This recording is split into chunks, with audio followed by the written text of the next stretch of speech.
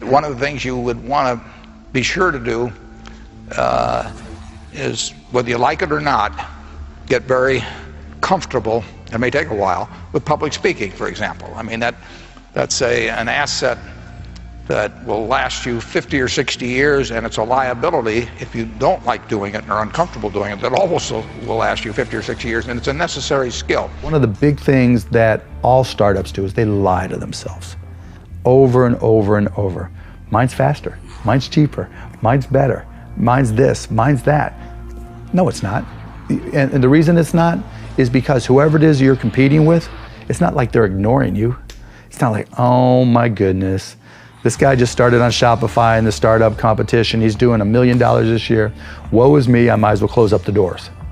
What are they doing? I'm gonna copy what they're doing. And now you've got to stay ahead. And so, you've got to be very careful as an entrepreneur to be brutally honest with yourself. And those are some of the things that you'll hear from me as a mentor, that know what you know what you don't know, but you've got to know your business better than anybody. I don't know if you'd agree with me on this, but in many ways, one of the key factors to legendary success isn't your natural ability. It's not whether you have the right product. It's not whether you're in the right field. It's not whether you've had a blessed background. It's not whether you have the right IQ. I want you to really think about and deconstruct and play with, maybe later tonight in your journal. I want you to deconstruct this idea of confidence. And it seems like a very simple word, but just think about it in your own life. When you have confidence, or we could even call it fire, when you have that fire within you, that confidence, that interior bravery, you almost have this power to do whatever it takes to get your brave vision done. You see, in this world, it's not about, in many ways, your strategy in your business or your ability in your life. It's about this thing called confidence. And we have all had these times in our lives when we are full of confidence. And what other people see as a problem, we simply do see as an opportunity. Other people see it as a stumbling block or a wall, and we see it as a stepping stone or this solution. And so confidence is something that you really want to wire in. Confidence is something you really want to develop. Confidence is a practice. Confidence is a muscle. And like any muscle, the more you focus on it and practice it and train it, the stronger your confidence is going to grow. And I just have to say it again. When you are at a place in your life when there is an ongoing, steady stream of confidence moving through your mindset, moving through your heart set, you do the heroic in your business and you achieve the remarkable in your life. Nelson Mandela is a particularly special case study in the leadership world because he is universally regarded as a great leader. You can take other personalities, and depending on the nation you go to, we have different opinions about other personalities. But Nelson Mandela across the world is universally regarded as a great leader. He was actually the son of a tribal chief. And he was asked one day, "How did you learn to be a great leader?" And he responded that he would go with his father to tribal meetings. And he remembers two things when his father would meet with other elders.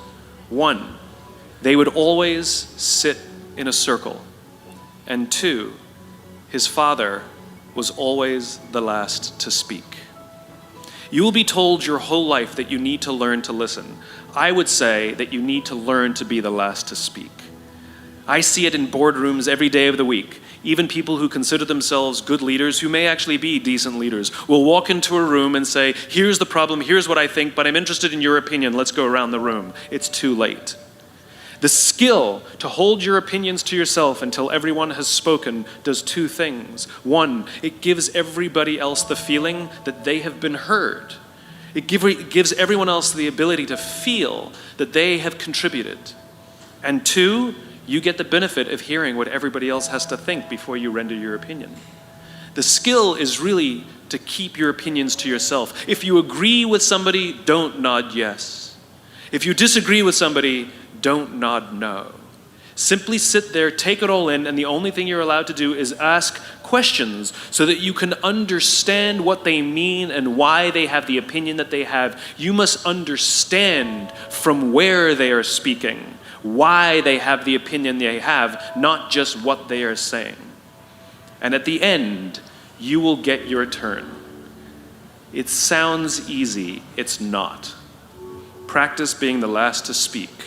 That's what Nelson Mandela did.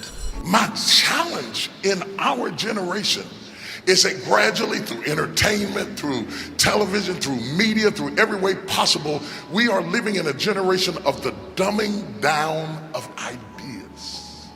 Because we have traded effectiveness for busyness. Statistics say, yeah, somebody ought to clap on that. We are busier than any other generation we have seen in the last 300 to 400 years. We are so busy. We are busier than a one-arm wallpaper hanger. We're just busy. You'll get it later. Don't worry about it. It'll hit you in a minute. We are just as busy as we can be, and we think because we're busy, we're effective. But I want you to challenge your schedule for a minute and ask yourself, are you really being effective? Or is your life cluttered with all kinds of stuff that demands you and drains you and taxes you and stops you from being your highest and best self? And are you substituting busyness and all the chaos that goes along with busyness from being effective? Let me tell you, a bunch of scientists got together and they began to do some research, and they begin to determine that 80% of the things we do are busy things that we do in an area that is not effective, that the average person only spends 20% of their time doing the thing that they are really gifted at, created at, passionate about, excited to do, and the rest of it is all the dismal, dumb stuff that we all have to do in order to survive. Just crazy stuff that we're doing. Wonder what would happen if we would go from doing 80% of things that are busy but not effective and 20% of the things that are really effective, if we would switch those numbers around and only give 20% of our time to the things that we have to do and 80% of our time to the thing that we were created to do.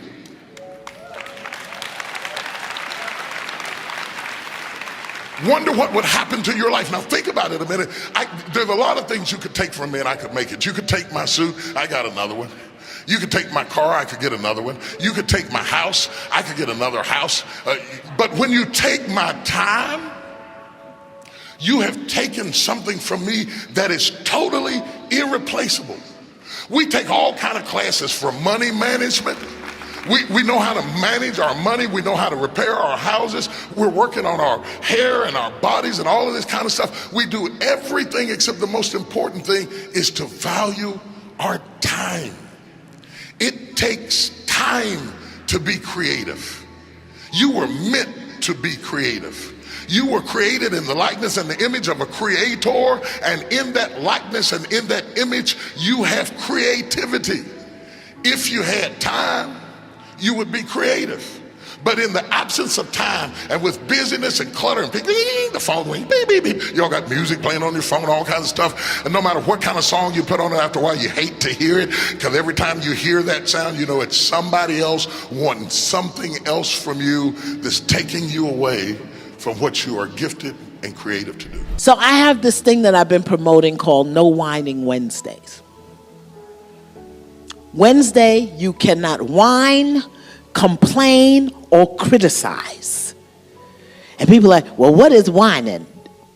Whatever you think it is, don't do it. And every time you do it, you have to put a quarter in a jar.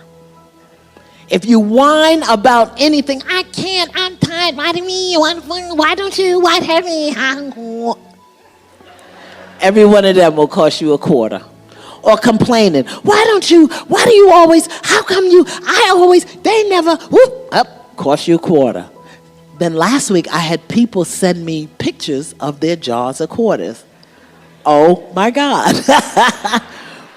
But what they said to me also was, this was wonderful, because I was never ever aware of how much whining and complaining and criticizing I do. Now I've got mothers doing it with their children. So Wednesday is No Whining Wednesday. We need to practice that.